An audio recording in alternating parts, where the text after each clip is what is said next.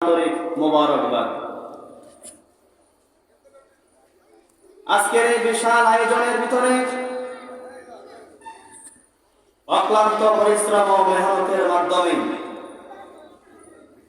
যারা এই মনগাঁওর মাঠে জান্নাতের বাগানের ব্যবস্থা করে দিয়েছেন, আল্লাহ জাল্লা শানুহু তাদের হায়াতের ভিতরে বরকত নসিব করে সকলে বলে আমিন।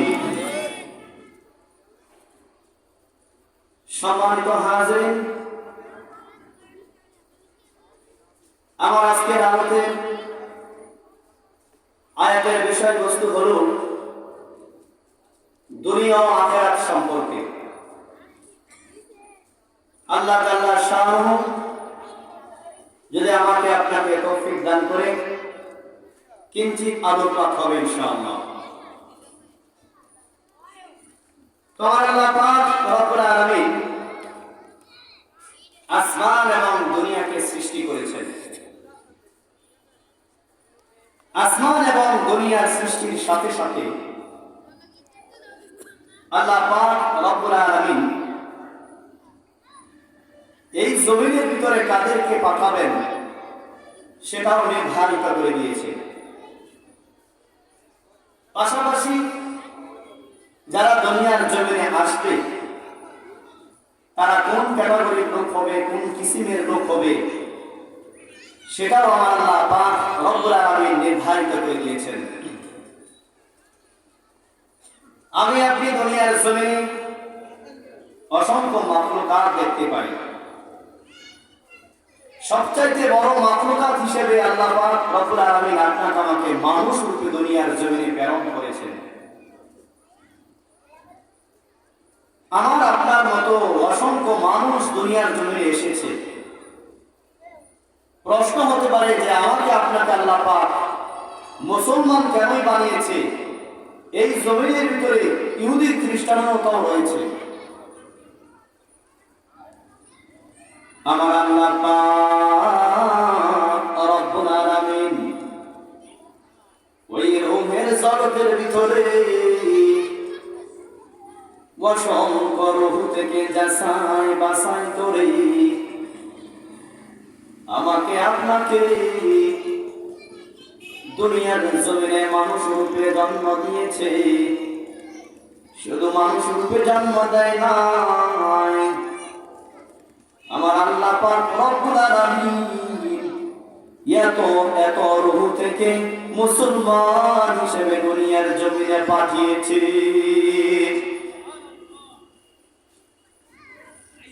আমাকে আপনাকে তো পারত ইহুদি বানাতে, মুশরিক বানাতে, কিন্তু আল্লাহ জাল্লা শানুহু তা না করে দুনিয়ার জমিনের ভিতরে মুসলমান হিসেবে বানিয়েছে। আমার আল্লাহ জাল্লা শানুহু জানে রে দুনিয়ার মানুষেরা ভালো মন্দ যাচাই বাছাই করে দুনিয়ার ভিতরে চলে। সামান্য বাজারের ভিতরে গেলে দেখা যায় কোন বাজারটা বেশি ভালো হবে, কোন তরকারি ভালো হবে, সেইটা যেরকম ভাবে যাচাই বাছাই করে ক্রয় করে আমার আল্লাহ পাক রব্বুল আলামিন আমাকে আপনাকে অসংখ্য রূহ থেকে যাচাই বাছাই করে মুসলমানের ঘরে জন্ম দিয়ে এটা বোঝাতে চেয়েছে যে এই মুসলমান দুনিয়ার জমিনে আমার দিনকে উঁচা করবে। আমার আদিত ধর্ম যে আছে ওই ধর্মকে নিয়ে তারা আবার আমার নিকট ফিরে আসবে। আমি আল্লাহ পাক রব্বুল আলামিন বলে দিয়েছি সুম্মা ইলাইনা তুরজাউন। অবশ্যই আবার আল্লাহ পাকের নিকট ফিরে যেতে হবে। এক শ্রেণীর মানুষেরা প্রশ্ন করে দুনিয়ার জমিনে মনে হয় আমাকে আপনাকে অহেতুক সৃষ্টি করেছে। আমার আল্লাহ পাক রব্বুল আলামিন সেই খবরে মুআক্কাদাম আগেই উল্লেখ করে দিয়েছেন। আমার আল্লাহ পাক রব্বুল আলামিন বলেন আফাহাসিবতুম আন্নামা খালাকনাকুম আবাসা। মানুষের আরে তোমরা কি ধারণা করো আমার আল্লাহ পাক রব্বুল আলামিন তোমাদেরকে মনে হয় অহেতুক খামাখা সৃষ্টি করেছে? না রে না, অহেতুক এই জমিনের ভিতরে আমার আল্লাহ পাক রব্বুল আলামিন কোনো কিছু সৃষ্টি করে নাই। অন্যত্র আল্লাহ পাক রব্বুল আলামিন বলেন ওয়া মা খালাকাতুল জিন্না ওয়াল ইনসা ইল্লা লিয়াবুদুন, যে আমি আমার বান্দাদেরকে সৃজন করেছি যাতে করে আমার ইবাদত বندگی করতে পারে। ও দুনিয়ার মানুষেরা, কাল কিয়ামতের কঠিন মুসিবতের ভিতরে যখন মানুষদেরকে ডেকে ডেকে জিজ্ঞাসা করবে ও আমার বান্দারা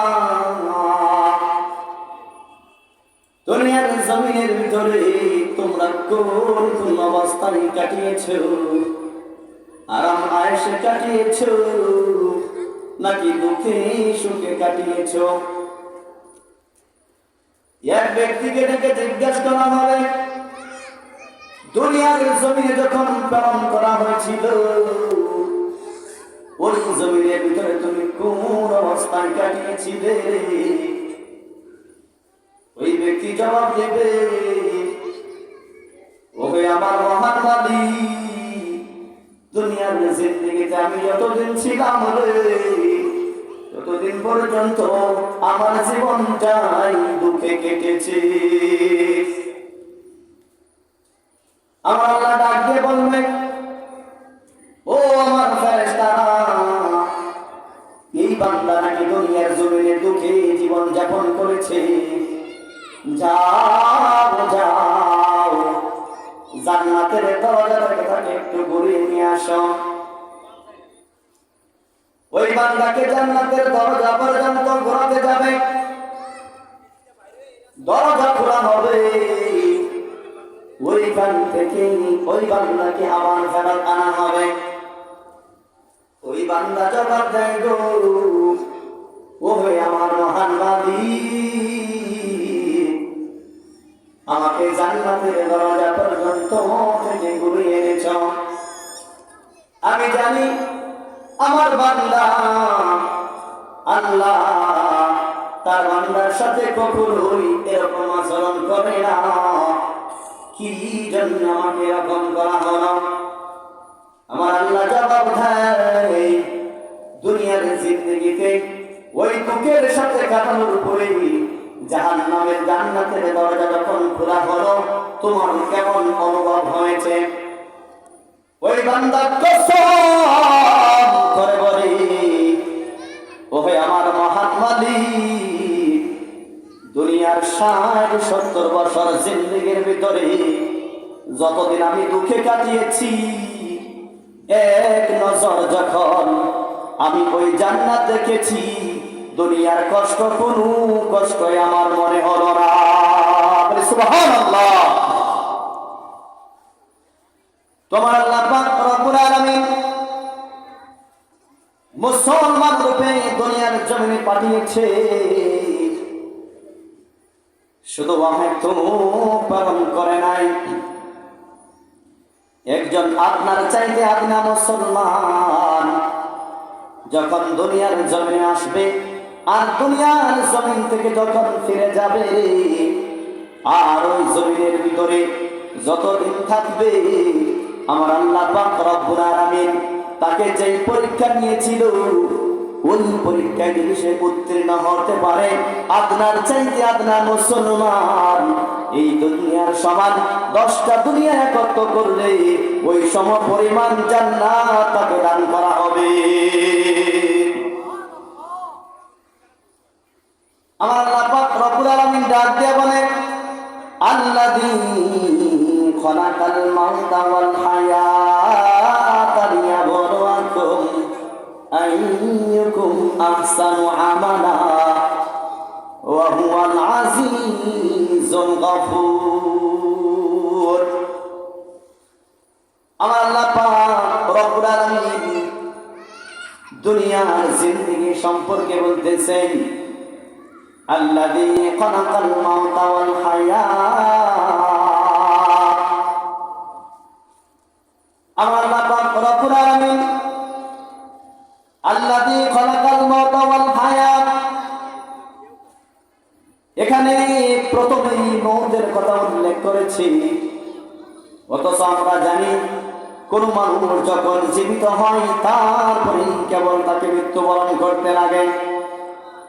অথচ আমার আল্লাহ পাক রব্বুল আলামিন বলে, মওত তোমাকে দিয়েছি, এর অর্থ হলো দুনিয়ার জিন্দেগিতে তোমাকে একবার মরা লাগবে, আর ওই মরাটার পরে যেভাবে তোমাকে জীবিত করা হবে ওইটাই হলো আসল প্রাপ্ত জিন্দেগি, ওটাই হলো তোমার হায়াত।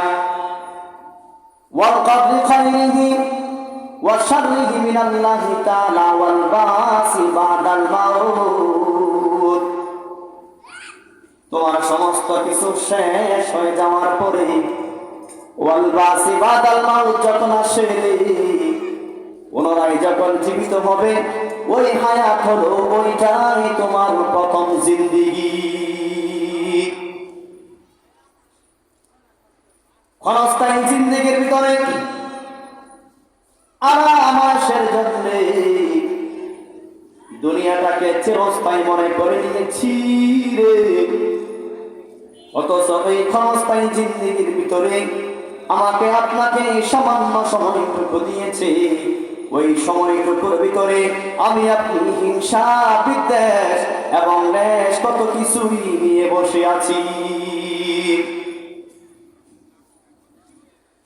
আল্লাহ পাক রব্বুল আলামিন ওনাকে চিনার জন্য, ওনাকে জানার জন্য যত প্রকার গাইডলাইন হিসেবে দুনিয়ার জমিনে দিয়েছে, ওই একটা গাইডলাইন হলো পবিত্র কোরআন। দুনিয়ার জমিনের ভিতরে যত নবী রাসূল এসেছে, সমস্ত নবী রাসূলদেরই কোনো না কোনো গাইডলাইন ছিল। আর বিশ্ব নবীর গাইডলাইন এমন, যতদিন পর্যন্ত দুনিয়ার পার্থিব জিন্দেগি থাকবে, আমার বিশ্ব নবীর কোরআন আর বরাবরের কোরআন, ওই কোরআন গুলো কিয়ামত পর্যন্ত জারি থাকবে। এমন বিশাল এক গাইডলাইন, যে গাইডলাইন গুলো অনুসরণ করলে দুনিয়ার জমিন থেকে কখনোই বিতাড়িত হওয়া যায় না, কখনোই বিপরীত হওয়া সম্ভব হয় না। আমার আল্লাহ পাক রব্বুল আলামিন সেই সম্পর্কে আমাদেরকে উল্লেখ করে দিয়েছে। দুনিয়ার কোন মানুষ যখন বই পুস্তক লেখা আরম্ভ করে, শুরুতেই ওই বইয়ের ব্যাপারে একটা হেডলাইন লিখে যায়। ওই বইয়ের ভিতরে লেখা থাকে, ভুল ত্রুটিগুলো মাফ করে দিবেন, ক্ষমার দৃষ্টিতে দেখবেন। অথচ মুসলমানদের জন্য পথ প্রদর্শক হিসেবে যেই কোরআন কিতাব আমাকে আপনাকে দিয়েছে, ওই কোরআনের ভিতরে আমার আল্লাহ পাক রব্বুল আলামিন প্রথম বাক্য উল্লেখ করেছে, আলিফ লাম মিম যালিকাল কিতাবু লা রাইবা ফীহি। দুনিয়ার মানুষের লিখিত বইয়ের ভিতরে ক্ষমার দৃষ্টি থাকে, আর আমার আল্লাহ পাক রব্বুল আলামিন শুরুতেই চ্যালেঞ্জ করে দিয়েছে, এমন এক কিতাব তোমাদেরকে দিয়েছি যেই কিতাবের ভিতরে কখনোই সন্দেহ পোষণ করার সম্ভাবনা থাকে না। লা শাক্কা ফী কালামিকা, এটা এমন একটা কিতাব, ভুল তো দূরের কথা, সন্দেহ করার কোনো অবকাশ থাকে না।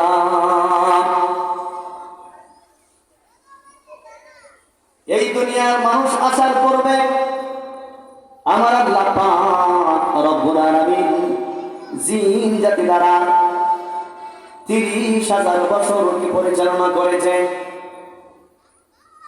ওই জিন জাতির সম্প্রদায়েরা বলে, মুহাম্মদ যখন দুনিয়ার জমিনে আসছে, এমন এক কিতাব নিয়ে আসছে, ওই কিতাবে যেটাই শোনা যায় মনে হয় আমাদের আশ্চর্য লাগে। وقالوا سمعنا وقالوا إنا سمعنا قرآنا عجبا। জিনের সম্প্রদায় কোথাও যাচ্ছিল, বিশ্ব নবীর জবান থেকে সূরা ইয়াসিন তেলাওয়াত করছে, ইয়াসিন ওয়াল কুরআনিল হাকীম ইন্নাকা লামিনাল মুরসালিন। জিনের সম্প্রদায়রা পর্যন্ত সাক্ষ্য দিতে শুরু করল, এটা এমন একটা কিতাব, যেই কিতাবটা কোন মানুষ যদি শ্রবণ করে মনে হবে তার জন্য পৃথিবীর ভিতরে আশ্চর্য কোন সে শ্রবণ করতেছে। সেই কোরআন নাযিলের সময় ওই গুহার ভিতরে বিশ্বনবীকে জিবরাইল আমিন বললেন 5টা আয়াত সম্পর্কে, ওগো নবীজি, আল্লাহ পাক রব্বুল আলামিন আপনাকে এমন এক গ্রন্থের কথা বলতেছে, এমন এক কিতাবের কথা বলতেছে, যেই কিতাবটা কিয়ামত পর্যন্ত জারি থাকবে। ওগো নবীজি, আপনি পড়েন আমার সাথে সাথে ইকরা। জিবরাইল আমিন বললেন ইকরা। বিশ্বনবী বললেন, না না, আমি তো পড়তে পারি না, লা আনা বিকারিন, আমি তো পড়তে জানি না, আমি তো পড়তে পারি না। বিশ্বনবী হযরতে জিবরাইল আমিনের সিনার ওপর সজোরে একটা চাপ দিলাম। ওই চাপ দেওয়ার পরে বিশ্বনবী আবার যখন বলা হলো যে শুরু করুন, আমার বিশ্বনবীর জবান থেকে শুরু হয়ে গেল, ইকরা বিসমি রাব্বিকাল্লাযী খলাক, ইকরা বিসমি রাব্বিকাল্লাযী খলাক, খলাকাল ইনসানা মিন আলাক, ইকরা ওয়া রাব্বুকাল আকরাম আল্লাযী আল্লামা বিল কলাম আল্লামাল ইনসানা মা লাম ইয়ালাম। আমার আল্লাহ পাক রব্বুল আলামিন সেই থেকে বিশ্বনবীর উপরে একের পর এক আয়াত আসতে শুরু করলো। মুসলমানদের জন্য হেদায়েতের রাস্তা স্বরূপ কোরআন যখন চলে আসলো, ওই কোরআনের প্রসার কিভাবে হওয়া যায়, কিভাবে করা যায়, আমার আল্লাহ পাক রব্বুল আলামিন এইভাবে ধারণা দিতে শুরু করলো। বিশ্বনবী যখন সেই আয়াতটুকু মুখস্থ করার জন্য ঠোঁট নাড়াচ্ছে, জিবরাইল আমিন বলছে, না রে না, আপনাকে তাড়াহুড়া করতে হবে না, আপনাকে মুখস্থ করার কোনো শক্তি রাখে না। আমার আল্লাহ পাক রব্বুল আলামিন হলো আপনার শিক্ষক, আপনাকে কোনো কিছুই করতে হবে না। লা তুহাররিক বিলিসানাকা লিতাজালা বিহি ইন্না আলাইনা জামাহুল কুরআন। যে আপনাকে তাড়াহুড়ার দরকার নাই, তাড়াহুড়া করা লাগবে না। আমার আল্লাহ পাক রব্বুল আলামিন আপনার সিনার ভিতরে কোরআনকে ঢুকিয়ে দিবে। এই জন্য আমার আল্লাহ পাক রব্বুল আলামিন দুনিয়ার কোন মানুষকে বিশ্বনবীর উস্তাদ হিসেবে গ্রহণ করে নাই, সরাসরি আমার আল্লাহ পাক রব্বুল আলামিন বিশ্বনবীর শিক্ষক হিসেবে নির্ধারিত হয়েছে। এই জন্য আমার আল্লাহ পাক রব্বুল আলামিন কোরআনের প্রসার কিভাবে করা যায়, কোরআনের প্রচার প্রসার যেইভাবে সুন্দর হয়, যেইভাবে এটার দিন সম্পর্কে আলোকপাত করা যায়, আমার আল্লাহ পাক রব্বুল আলামিন সেইভাবে যুগে যুগে মানুষদের উপরে এই কোরআনকে ছেড়ে দিয়েছে। সর্বোপরি শেষভাবে আমার বিশ্বনবী আলেম সম্প্রদায়ের উপরে কোরআনকে নাযিল করেছে, অর্থাৎ সুপর্দ করে দিয়েছে। ইন্নাল উলামা ওয়ারাসাতুল আম্বিয়া, আলেম সম্প্রদায় নবীগণের ওয়ারিস হবে। আর ওই ওয়ারিস যখন কোরআনের প্রচার দুনিয়ার জমিনে করবে, কিছু শয়তান ইবলিস মার্কা লোক যখন বাধা দিতে আসবে, আমার আল্লাহ পাক রব্বুল আলামিন বলেন, আমি রব্বুল আলামিন তাদেরকে শহীদি মর্যাদা দান করে দেই। সুবহানাল্লাহ। আমার আল্লাহ পাক রব্বুল আলামিন উল্লেখ করেছে, যখন দুনিয়ার জমিনের ভিতরে আমার কোরআন নিয়ে মানুষ আনাগানা করবে, মানুষ যখন সেটা নিয়ে বিশ্লেষণ তাফসীর করবে, আর ওই তাফসীরের ভিতরে যখন কোনো প্রকার বাধা বিঘ্ন আসবে, আমি আল্লাহ পাক রব্বুল আলামিন যারাই সেটাকে বাধাগ্রস্ত করবে তাদেরকে ফেরাউন, হামান, ইভেন এমনকি আবু জাহেলের কাতারের ভিতরে তাদেরকে ফেলে দিই। বলে ঠিক কিনা? আমার আল্লাহ পাক রব্বুল আলামিন বিশ্বনবীর পরিবার বর্গদের নিয়ে যেইভাবে মানুষদের সামনে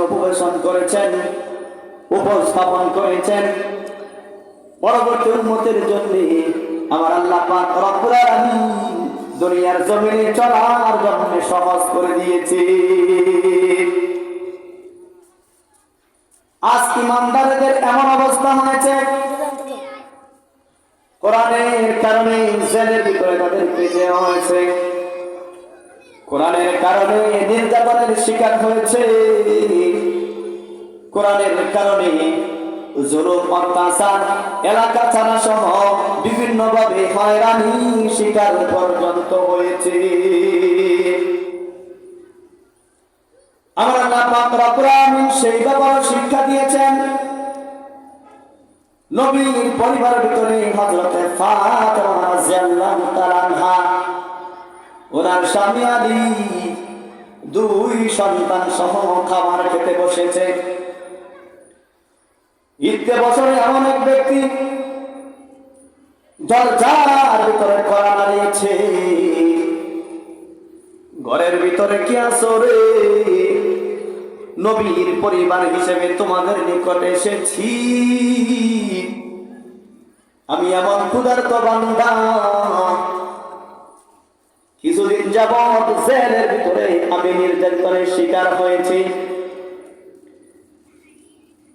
আজ আমি কুফার, কাফের, বেঈমান, মুশরিকদের জেলখানা থেকে বের হয়েছি। নবীর পরিবারদের লোকদের কাছে প্রথম আমি হাতটা পেতেছি আমার ক্ষুধা নিবারণ করার জন্য। যখন এই কথা বলেছে ফাতেমা রাদিয়াল্লাহু তাআলা আনহা, ঘরের ভিতরে 3টা রুটি ছিল, 2টা রুটি ওই সওয়ালকারীদেরকে দিয়ে দিয়েছে। সর্বশেষ 1টা রুটি যখন ছিল, 4 জন যখন খেতে বসলো, কাফের, বেঈমান, মুশরিক এবং কোরআনের কথা বলার কারণে যেই বান্দাকে জেলে দিয়েছিল, ওই জেল থেকে বের হওয়ার পরে তাদের পরে যখন খাবারের সওয়াল করলো, ওই বিশ্বনবীর মেয়ে ফাতেমা রাদিয়াল্লাহু আনহা ওই খাবারটা ওই সওয়ালকারীর ভিতরে বন্টন করে দিল।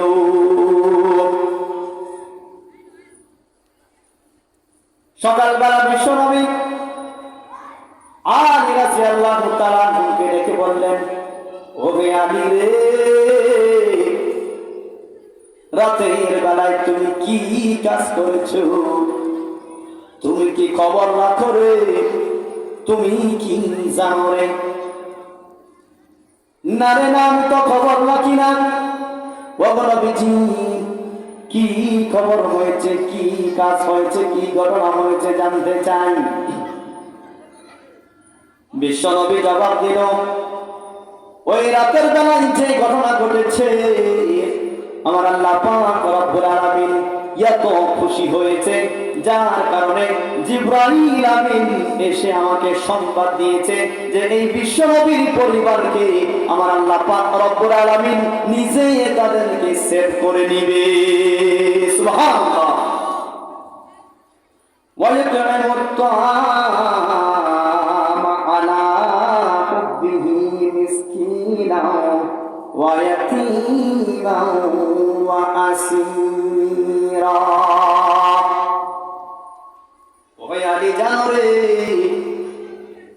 তোমার খাবারটা তুমি যাদেরকে দিয়েছো এমন দয়া এমন মহব্বত দেখিয়েছো রে, ওর কারণে আমার আল্লাহ পাক রব্বুল আলামিন জান্নাতি মহিলাদের সরদারিনী হিসেবে আমার মেয়ে ফাতেমাকে কবুল করে নিয়েছে। সুবহানাল্লাহ। ও দুনিয়ার মানুষেরা, শুধু তাই নয়, এই ঘটনার মাধ্যমে দুনিয়ার অনেক মা বোনেরা এমন আছে যারা ফাতেমার সাথে জান্নাতে থাকতে চায়। তারা যেন কোন ভিক্ষুক বা সরকারি যখন বাড়িতে আসে সাধ্য মতে সামর্থ্য মতে যতটুকু আছে অতটুকু পরিমাণ ওই সোয়ালকারীকে দিয়ে দিবে। কোন এক দাম্ভিক স্বামী দুইজনে বসে খাবার খাচ্ছিল। ইত্যবসরে কোনো এক লোক খাবার খাওয়ার জন্য সওয়াল করেছে। ওই স্বামী অহংকার করে বলে, ভিক্ষুক যেন আমার দরজায় না আসে। কোথাকার ভিক্ষুক এসেছে, দূর দূর করে তাড়িয়ে দিয়েছে। অথচ আমার আল্লাহ পাক রব্বুল আলামিন ভিক্ষুককে তাড়াতে নিষেধ করেছে। ওয়া আম্মাস-সাইলা ফালা তানহার। সওয়ালকারী যখন দরজায় আসে রে, তোমাদের কারো উচিত হবে না তাকে গাড়া ধাক্কা দিয়ে বের করে দেওয়া।